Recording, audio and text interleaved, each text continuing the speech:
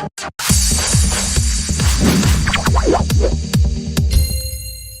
aí pessoal, tudo bem? Seja muito mais do que bem-vindo a mais um vídeo aqui no canal. E agora nós vamos fazer aqui uma mecânica bem simples, que é de um NPC, um non-player character, seguir o jogador, né? Então eu já deixei pronto aqui algumas coisas para otimizar o nosso tempo, tá?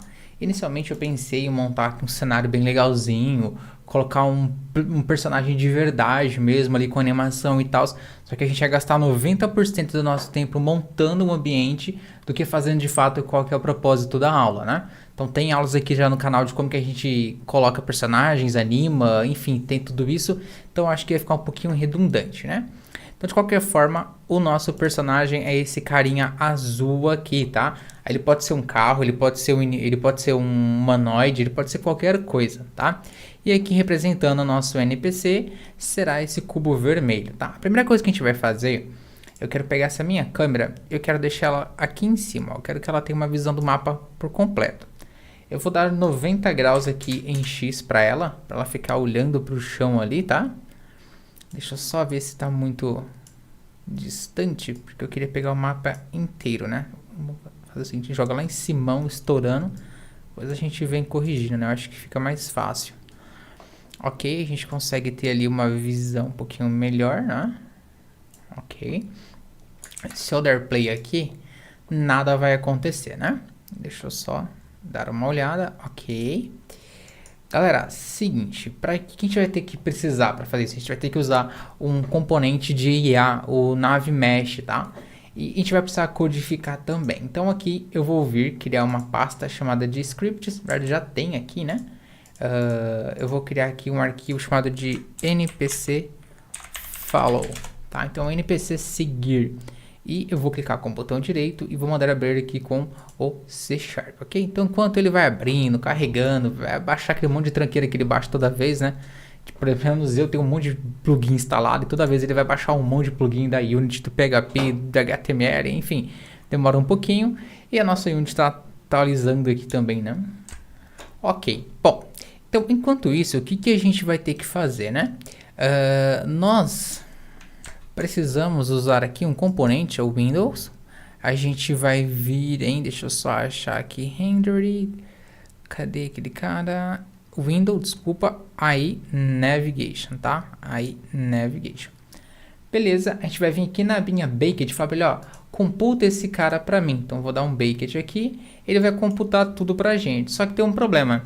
Para ele poder computar esse cara, para ele poder mapear os lugares que o NPC pode andar, esses caras têm que ter, tem que ser, como que eu posso dizer, estático, eles não podem ter mudança na malha, tá? Então, por exemplo, a gente pode clicar aqui, vir no Inspector e ativar aqui o Navigation Static. Ou eu posso simplesmente vir aqui, clicar no meu carinha, venho aqui na minha aba Windows e a Navigation, tá? Ela já fica ancorada para mim aqui. Se vocês estiverem solto aí é só clicar, segurar e arrastar para cá. Isso aqui não é o foco da aula. Então a gente clica aqui e marca a opção Navigation Static. Então quando eu dar um Baked aqui, olha só o que acontece. Então toda a área azul é a área que o nosso cara pode andar e circular, né? E como que isso funciona, né?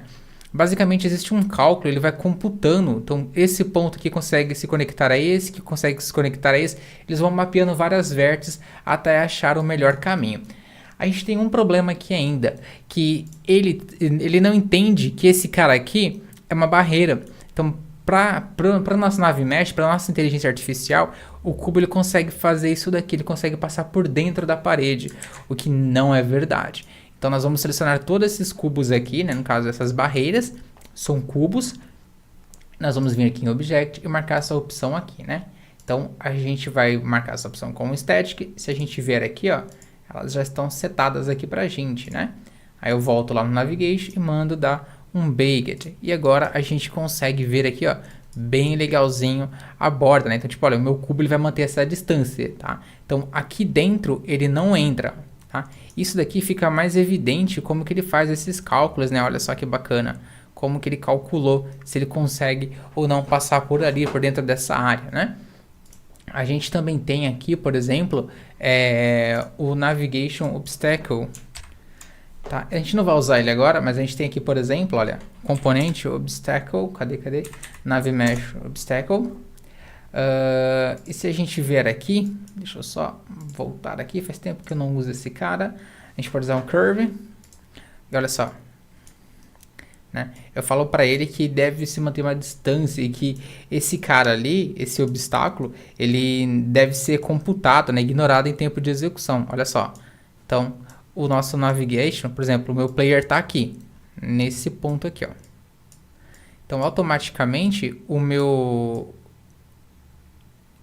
player, né, o meu NPC, ele não vai conseguir passar por aqui, porque olha só, tem um obstáculo ali, né? A gente não vai usar isso, eu só queria mostrar esse recurso para vocês. E para a gente começar aqui, então, eu vou criar aqui também um script chamado de player move, tá? E esse script, ele vai ser bem simples, né? Então a gente vai ter aqui basicamente um public float velocity, vou colocar 10 aqui, tá? De velocidade inicial. Posso remover essas libraries que a gente não está utilizando.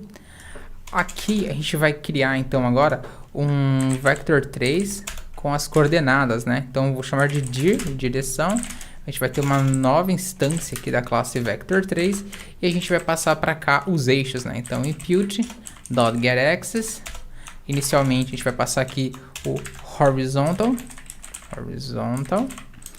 Em y a gente não quer nada e a gente vai pegar aqui o vertical, que seria o equivalente ao y, né? O WS, seta acima, seta abaixo.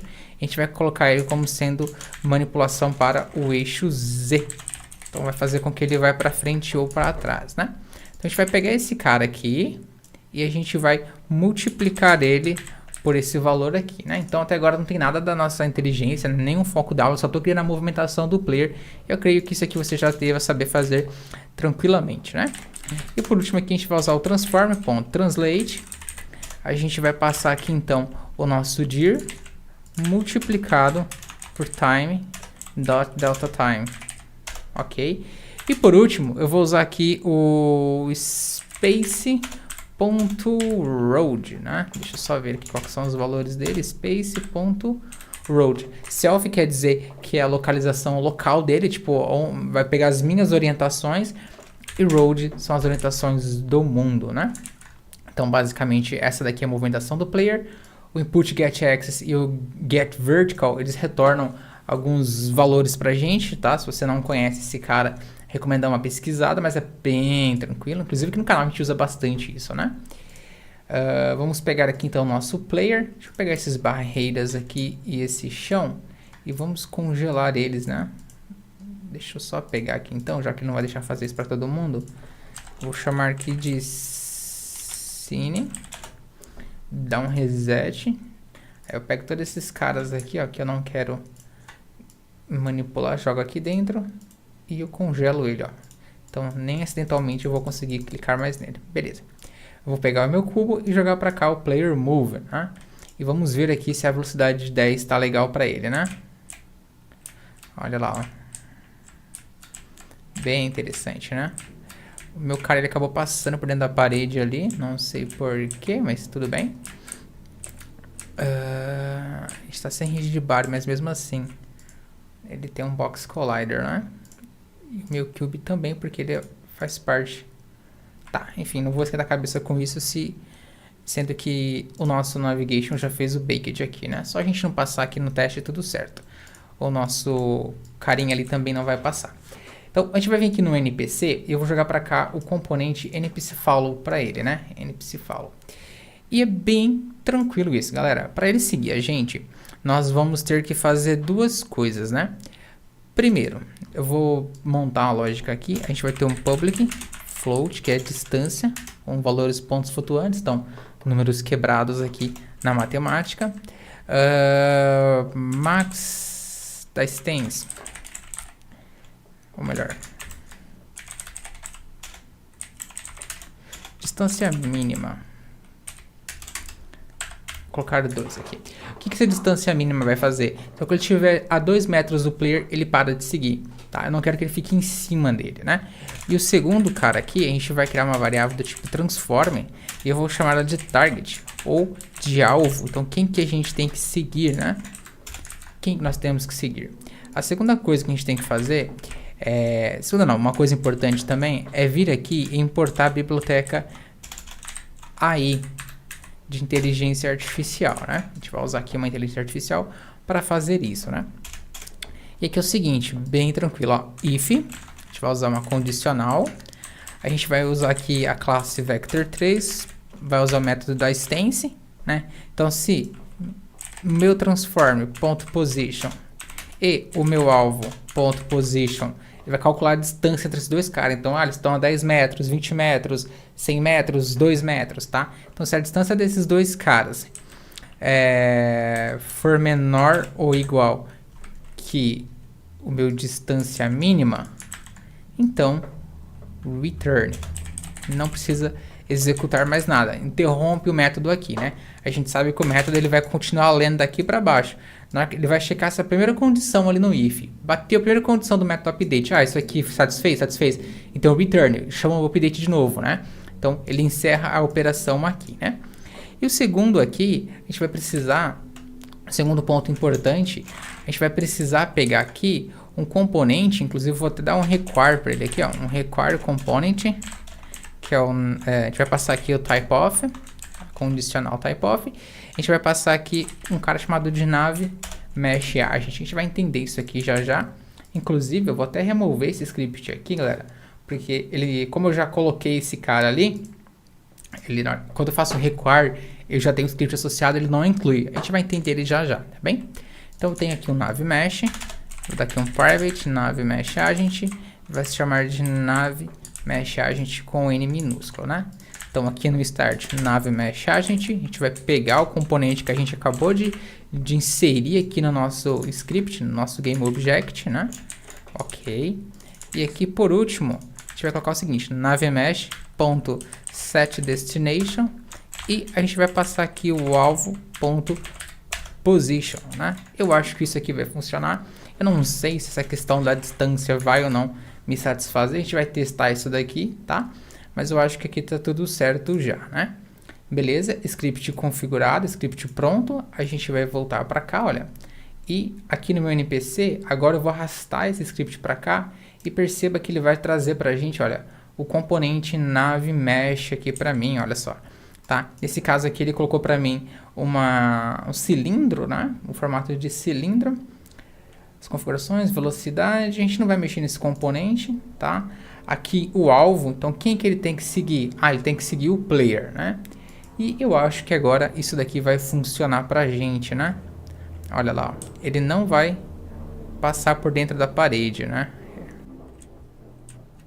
Olha só. Vamos ver aqui em cima. Vamos aumentar a velocidade desse cara aqui, ele tá muito devagar, né? O speed, vamos colocar de 6 aqui pra ele. O angular speed vai ficar 120. 6 tá legal, olha aí. Deixa eu esconder. A gente consegue passar por dentro da parede, né? Não deveria. Vamos ver qual que é o melhor caminho que ele achou pra pegar a gente, olha só. Já que a gente consegue ficar... Olha, o nosso 2 ali não funcionou, né? Deixa eu vir aqui. Eu quero ficar bem aqui na ponta. Ele vai passar por ali, ó. Muito bem.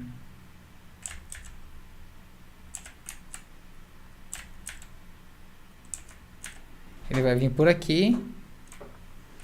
Até me achar lá dentro. Legal. A gente tem um bug ainda, ele não está parando quando ele está a 2 metros, né? Pessoal, olhando aqui a documentação, eu lembrei de uma coisa que é bem subjetiva que estava ali, né? A gente tem uma propriedade aqui, ó, chamada de stop da distância, olha aqui. Então, qual que é a distância que ele tem que parar quando ele estiver muito próximo ao meu player, né? Então, eu coloquei 5 porque o meu cubo aqui, ele já tem 2 metros, né? Algo muito próximo a isso. Então, a distância ele vai parar muito em cima. Então, eu coloquei 5 para ficar legal, né? E a segunda coisa que a gente vai fazer é remover esse cara aqui, né? Então, a gente remove esse if dali, ele é desnecessário. Aqui no start, a gente já seta esse cara para ele, ó. A gente vai pegar essa propriedade aqui, ó, stop da stance, e a gente seta para ela aqui qual que é a distância mínima ali para ele parar, né? Deixa eu salvar aqui. Vamos testar novamente. Eu creio que vai funcionar. Vamos ver. Funcionando, a gente já finaliza a nossa aula. Deixa eu ver. Olha, a 5 metros ele para de seguir a gente. Isso aqui é bem comum, né? Naqueles jogos RPG que o personagem tem que, tipo, sei lá, conduza o player até tal lugar. Aí você, tipo, você conduz o personagem até tal lugar. Aí você tem todo um caminho ali, né? Tipo The Witcher, que você tem que escoltar, sei lá, a Ciri, tem que escoltar a atriz, alguma coisa. Aí você vai andando e o NPC vai correndo atrás de você. Então, esse daqui é um cálculo utilizado nesse tipo de jogo, né? Claro que provavelmente não vai ser esse componente apenas, deve ter um monte de técnicas por trás daquilo, áreas que você pode ou não passar, né? Inclusive, pra gente finalizar a aula, aqui no Navimesh a gente tem um sistema de áreas também, né? Então, por exemplo, sei lá, a gente tem uma ponte, a gente tem uma água, a gente tem um monte de coisas. E aí você fala, ó, dá pra passar pela água? Dá pra passar pela água, só que requer um esforço a mais. Ah, dá pra pular? Tem um jump area, né? A gente pode pegar um buraco aqui, no meio, um buraco, e duas pontas, né? Eu posso falar, esse daqui é um ponto, né? Esse aqui é pulável, então o player ele não passa por ele, mas ele pode pular ali. E quando ele estiver naquela pontinha, você ativa a animação de pulo, na hora que ele cai do outro lado, você desativa. Dá pra fazer por aqui, né? Inclusive, ele até tem aqui o walkable, o not walkable. Ele tem bastante coisas aqui, né? A gente pode estar configurando esse cara, pode estar definindo esses critérios aqui para ele, de quais são dessas áreas, o objeto, em qual área esse objeto pertence, né? Então, por exemplo, eu posso vir aqui nesse meu, deixa eu desativar ele, posso vir aqui nesse meu chão e falar, ó, ele faz parte do jump, ele faz parte do not walkable, tá? A gente pode decidir qual parte aqui que ele faz parte, né? Então, a gente tem muito mais coisas. E voltando ao exemplo da ponte da água, então, qual que é mais rápido?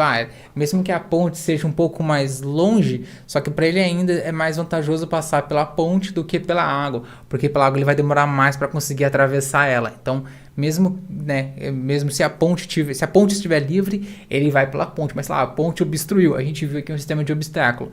Então, a ponte foi obstruída, beleza? Qual que é a próxima área? Então a próxima área é água. Dá pra passar? Dá. É lento? Mas como a ponte não tá disponível e o outro ponto para passar, tipo, umas 2, 3 pontes acima, lá na frente, não dá. Então vai pela água mesmo, né? Então a gente consegue configurar tudo isso daqui através dos areas, criar aqui os valores para eles, né?